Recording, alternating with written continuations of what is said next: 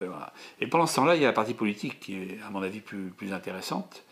La partie politique, c'est les négociations de Rambouillet en mars 99, dont on s'aperçoit très vite que l'OTAN, qui est derrière, ne veut pas qu'elles aboutissent. C'est pas moi qui le dis, mais il y a des journalistes allemands qui l'ont largement écrit, et des journalistes français, du monde diplomatique en particulier, etc. Et la volonté, en fait, c'est de faire la guerre.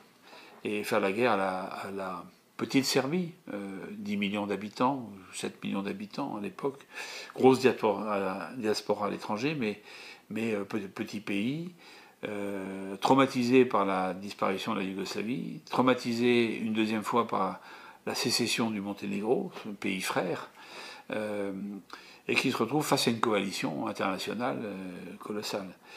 Les accords de Rambouillet n'ont jamais lieu, tout est fait pour qu'ils échouent, qu'ils n'aient pas d'accord, et donc le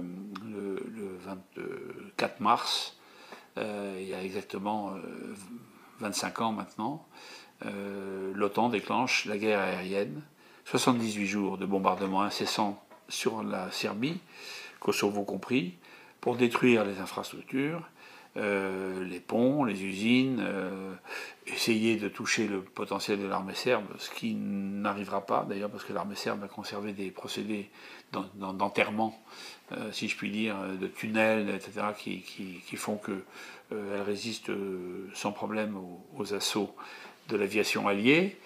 Mais 78 jours, c'est pratiquement le pays qui se fait détruire, hein, l'économie du pays. Il y a quelques milliers de victimes, dont des enfants, des écoles. Il y a le bombardement aussi, hasard ou pas hasard, de l'ambassade de Chine à Belgrade, hein, etc., etc. Et la France est dans le camp de l'OTAN, dans ces bombardements. Je connais un ou deux camarades qui ont été des pilotes de chasse bombardant Belgrade ou les villes de Serbie. Pour les Serbes, c'est une trahison absolue. La France, c'est l'allié de 14-18, c'est une amitié ancienne qui avait démarré au Moyen-Âge avec le mariage d'Hélène d'Anjou avec le tsar Douchan, etc. Donc c'est une incongruité, c'est la France. Ça.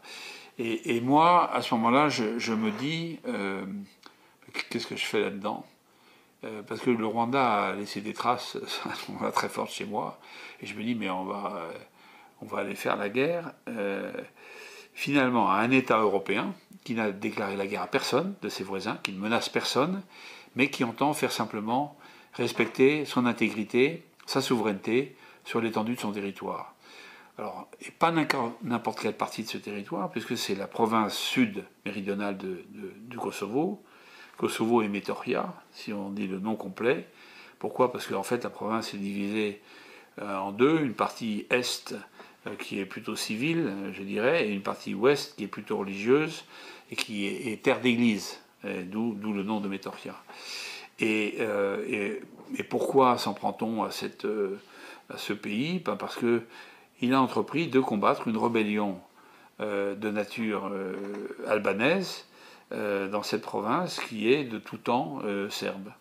Et bien sûr, il y a eu une forme de grand remplacement qui s'est produit au fur et à mesure des années, des décennies précédentes. C'est très simple en fait, ça s'explique. Vladimir Volkov, qui fut un grand officier de renseignement français en Algérie, d'origine russe, impériale, si je puis dire, disait, c'est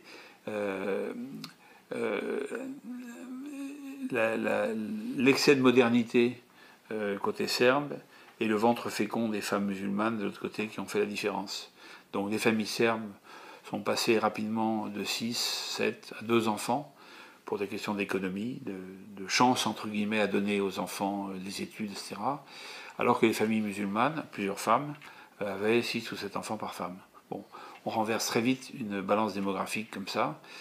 Ça devrait nous faire réfléchir d'ailleurs, peut-être nous aussi, mais c'est ainsi. Et donc, au moment, quand Tito arrive au pouvoir après la guerre, après la Seconde Guerre mondiale, il est conscient du poids de la Serbie dans la République fédérale de Yougoslavie. Il veut amoindrir ce poids de manière systématique. Tito est de douteuse origine, mais probablement croate, en tout cas réputé comme croate. D'autres disent qu'il était russe, je ne sais pas ce qui est vrai ou pas vrai dans tout ça, mais en tout cas il n'aime pas les Serbes. Et il entend réduire le poids de la Serbie.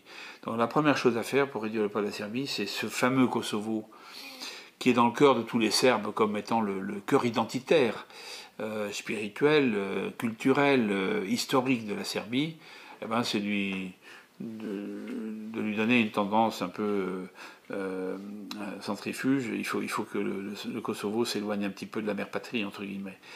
D'où le soutien culturel à la communauté albanaise. L'albanais, le GEG est autorisé dans les écoles, universités, etc., etc. On fait tout ce qu'il faut pour albaniser progressivement et islamiser, parce que ça va de pair. En grande partie, 90% des Albanais sont musulmans. La province, qui est encore une fois un condensé de monastères plus anciens et plus beaux les uns que les autres, d'histoire serbe. C'est la chevalerie serbe, en fait, c'est la geste serbe qui est en cause, hein, depuis Kosovo-Polier, mais bien avant. Voilà, donc on met en place les ingrédients pour qu'une intervention de l'OTAN se fasse contre la Serbie, contre ce qui reste de Yougoslavie à ce moment-là, et la suite est connue. Donc 2004, les pogroms.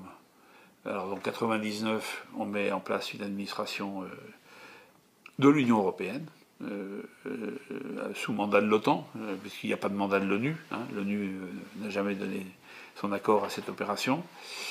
Et c'est Bernard Kouchner qui va être le premier, je vais employer un mot fort, mais Gauleiter du Kosovo.